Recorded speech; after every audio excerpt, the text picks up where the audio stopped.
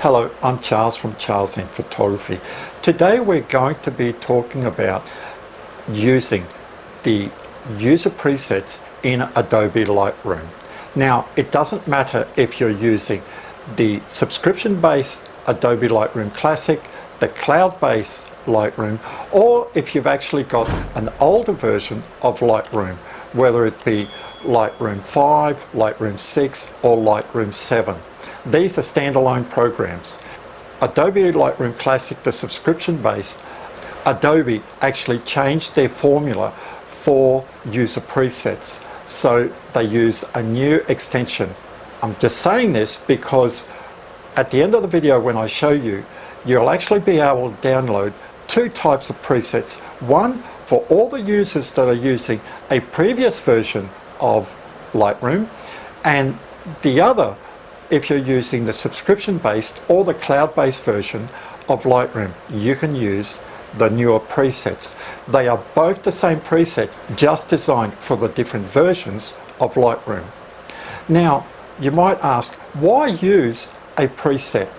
Well, the good thing with presets, and I use them quite a bit, is that you don't have to start from scratch when you're editing your photos. Now, most of the time I use presets for the different lenses that I use. So I have a preset for my Tachyna 11-20 when I'm out photographing landscapes. I have another preset for the 11-20 Tachyna when I'm using Astro. I also have a preset for the Nikon 18-140, and I have a preset for my Nikon 200-500mm, which I use for wildlife. And I have certain settings activated so that I'm not starting from scratch. And this saves me quite a bit of time. I've taken some time and I've developed two presets to actually help you develop your photos. Now understand, when you apply these presets, you still might have to just adjust your photos a little bit. You might have to adjust the white balance, or if the photo's too bright, you might have to bring the exposure down, or if the photo's too dark, you might have to bring the exposure up. But this should get you around 80% of the way. And I've sent these presets out to a couple of my friends. He's saying that some of them, they just come out great. There's no need for extra editing. So we'll go onto the computer now and I'll show you the original image and then the image when it actually has this preset applied. And you can see why using a preset like this is so good. Now these presets are free, they're yours to use, and you can actually modify them, and I will show you while we're in Lightroom how you can actually modify them to your needs. So if you find that the preset gives you too much warmth, you can actually just adjust the preset and then save it back, and it will keep those settings for you. So now we're in Adobe Lightroom. So we'll start with the daytime presets, and you can see here there are 7 photos but 14 images, because one is the original file and the other one is the raw file that has had the preset applied. The other preset is for sunrise and sunsets. We'll look at the sunrise and sunsets first, and we'll go into the develop module. Now this is the first image, and you can see here it's nicely exposed, but the shadows are quite dark, because this is very common when we're taking photos at sunset. And when we're taking photos at sunset, the main point is that we don't want to blow our highlights. So a lot of time, if you're not using filters, and these presets are really to help people just getting in. If you already know about Lightroom, you've probably already designed some presets for yourself. So this tutorial is really for people who are just starting out. I just want to help people. I've been using Lightroom and teaching Lightroom for many years now, and this is my way of giving back to the photography community. So this is our first image. You can see here it's fairly well exposed. You can see here just slightly underexposed on the histogram. Now watch what happens once the preset has applied. Look at that, it's quite warm. And on this day, this is what it looked like. It was a very warm, because there was bushfires around. So this was at the same lake, but about 3 years later, we've got beautiful clouds here. And this is just the raw file, but it has so much potential. Now watch what happens when the preset's applied. Look at that. Not much, but all we've done is just boosted the saturation a little bit, added some clarity, a bit of dehaze, and brought out a little bit of the shadows. Not too much to make it unreal, but just so we can actually see a little bit of the detail. Now this one here was taken at Lake Mugra on a very cold winter's morning. I mean cold. It was -3 degrees. There was just frost everywhere, and I walked around because I'd done a time-lapse, astro time-lapse of the Milky Way setting over this lake at night. And as the sun was rising, I actually just walked around and I positioned the camera so I would just see the sun peeking out behind this tree. And I knew this image was going to give me a lot of detail once it was edited. So this is with the sunrise preset added. Look at that. Now I can actually see the foreground. I've got blue sky and there's a lot of warmth around the tree there. But it's not overdone. Now this image was taken on the Gold Coast while we were on holidays. This is one of my favourite spots to come for a sunset because there's a very nice fish and chip shop close by, only about 50 metres away. So we have fish and chips and catch the sunset. And on this day we had heaps of clouds, and you can see on the raw file here, this is just straight out of the camera. Look at those clouds and there's just so much glow there. Now having the preset applied, look at that, bang. And it is just so nice. So this was very close to my house at Lake Eden. It's a beautiful lake. I actually photographed a lot of wildlife here. And on this day you can see I actually timed it so that I've got a sun star there. The foreground here is quite dark. Now look, I actually apply a preset and bang, look. We can actually see the hotel. We actually see a bit of the boardwalk here. Again here, see, if I want to increase the shadows here, I can quickly just come up to the shadows and just increase my shadows. Only an extra 10 seconds. Most of the work has been done for me. And this is what a preset's supposed to do. A preset is not supposed to be a one-size-fits-all. I try to adjust when I do presets, when I create them, that it gets me between 70 to 80% of the way. And then the rest I might have to touch up a little bit. But most of the time, it's very close to what I want. Now the last image here is from another favourite spot of mine. This is the lone mangrove tree on the Pine River, and on this day the sun was actually setting to the left, but there was just a nice glow and there was no wind. It was just beautiful reflections here. Now look what happens with this preset. Look at that. It is just so nice. Now it's a bit dark, but all I have to do is just grab the exposure and just slide it up a little bit. There you go. Bring my highlights down. And that's it. I can increase the shadows a bit if I want to see a bit more detail on the front. Again, 5-10 seconds and you're done. You're not spending 3 to 4 minutes on every photo. And you can see here on the left, I'll actually just circle around. This preset is called Charles-Sunrise Sunset. If we go back to the library module, we'll come up to the daytime images. We go back to the develop setting.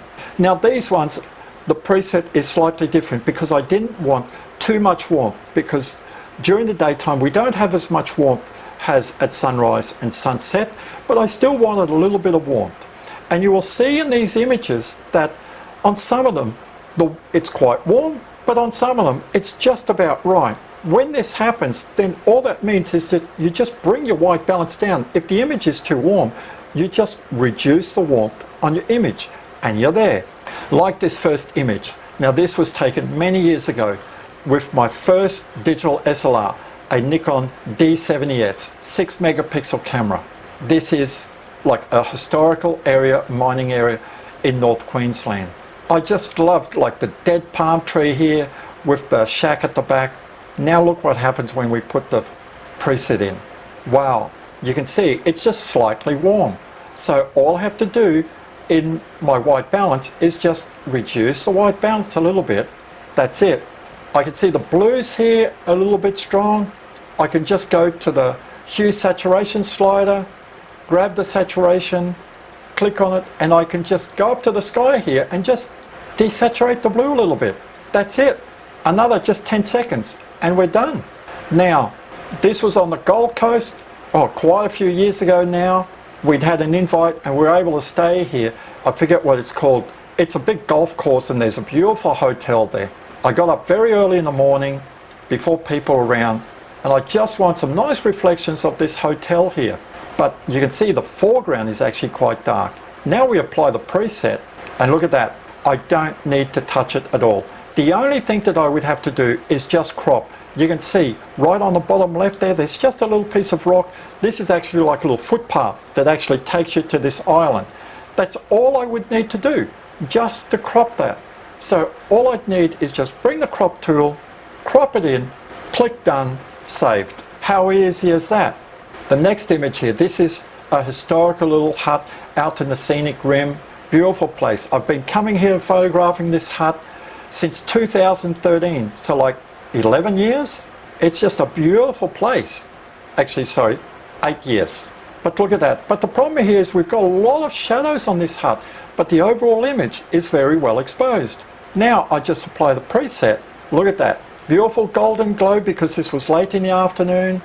And again, I could just come up to the basic here and just increase the shadows and just up the brightness a little bit and just reduce the warmth of this image. And that's it. Done. Now this is a waterfall in North Queensland again at the same time when I went up with the D70S. Look at this image. It's so good. This was taken with a 6 megapixel camera with a kit lens, a Sigma 18, I think it's 18 to 125mm lens. That's what I bought in 2007. No filters on here, and look at the image when the filter is applied. Look with the preset. Look at the detail in the clouds. Again, all I have to do is just reduce the warmth down a little bit. That's it. My image is done. This was an image at Lake Samsonvale. I was just walking around the lake and this little teepee just caught my eye. And you're like, oh, okay, I'll just take a snapshot. As you do sometimes, you just walk around and you go like, oh, this looks interesting. Take a photo. The histogram shows it's fairly well exposed. There's a lot of detail in these clouds here. So we apply the preset. That's it. I don't even have to touch this image. Now this was taken at Paluma. There's a beautiful waterfall just to the right here. And I just love this old stone bridge. And would you believe, like it took me about 10 minutes. I just stayed on the side of the road because it's a one-lane road and there was just cars going backwards and forwards. And I just had to time my shot because I didn't want cars. And you can also see that there's a stairway leading down here to the creek. I didn't want anybody in the image. I just waited, got the image that I wanted, now edited, beautiful. Again, just slightly warm, but that's all right. A bit of a slide, and that's it. As you can see, if you don't like the warmth, all you have to do is just reduce the warmth here. And if you're saying, well, this is how I like it, then look on the left here for my Charles daytime preset. I just use my mouse button, right click on it, and can you see here where it says update with current settings? I click on that and now it'll pop up with this box here. You just make sure that everything that you see in this box in front of you here, the treatment and profile, the white balance, the basic tones, the tone curves, the texture, clarity, dehaze, sharpening, the color grading, noise reduction, lens correction, only the chromatic aberration is ticked, and then the effects, and then the process version, and that's it. And you click update. Now everything that you've just changed is actually going to be saved, and this will be your preset. While we're here, it says Charles Daytime, but you don't have to leave it at that. Let's say your name is Steve. I can right click on this preset and say rename, and here it pops up again, says Charles. So I can just come back up here.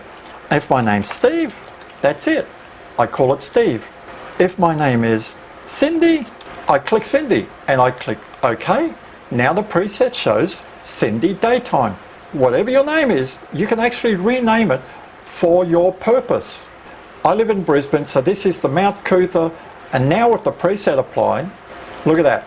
And what would happen if I actually applied the Cindy profile, which is the one that we changed?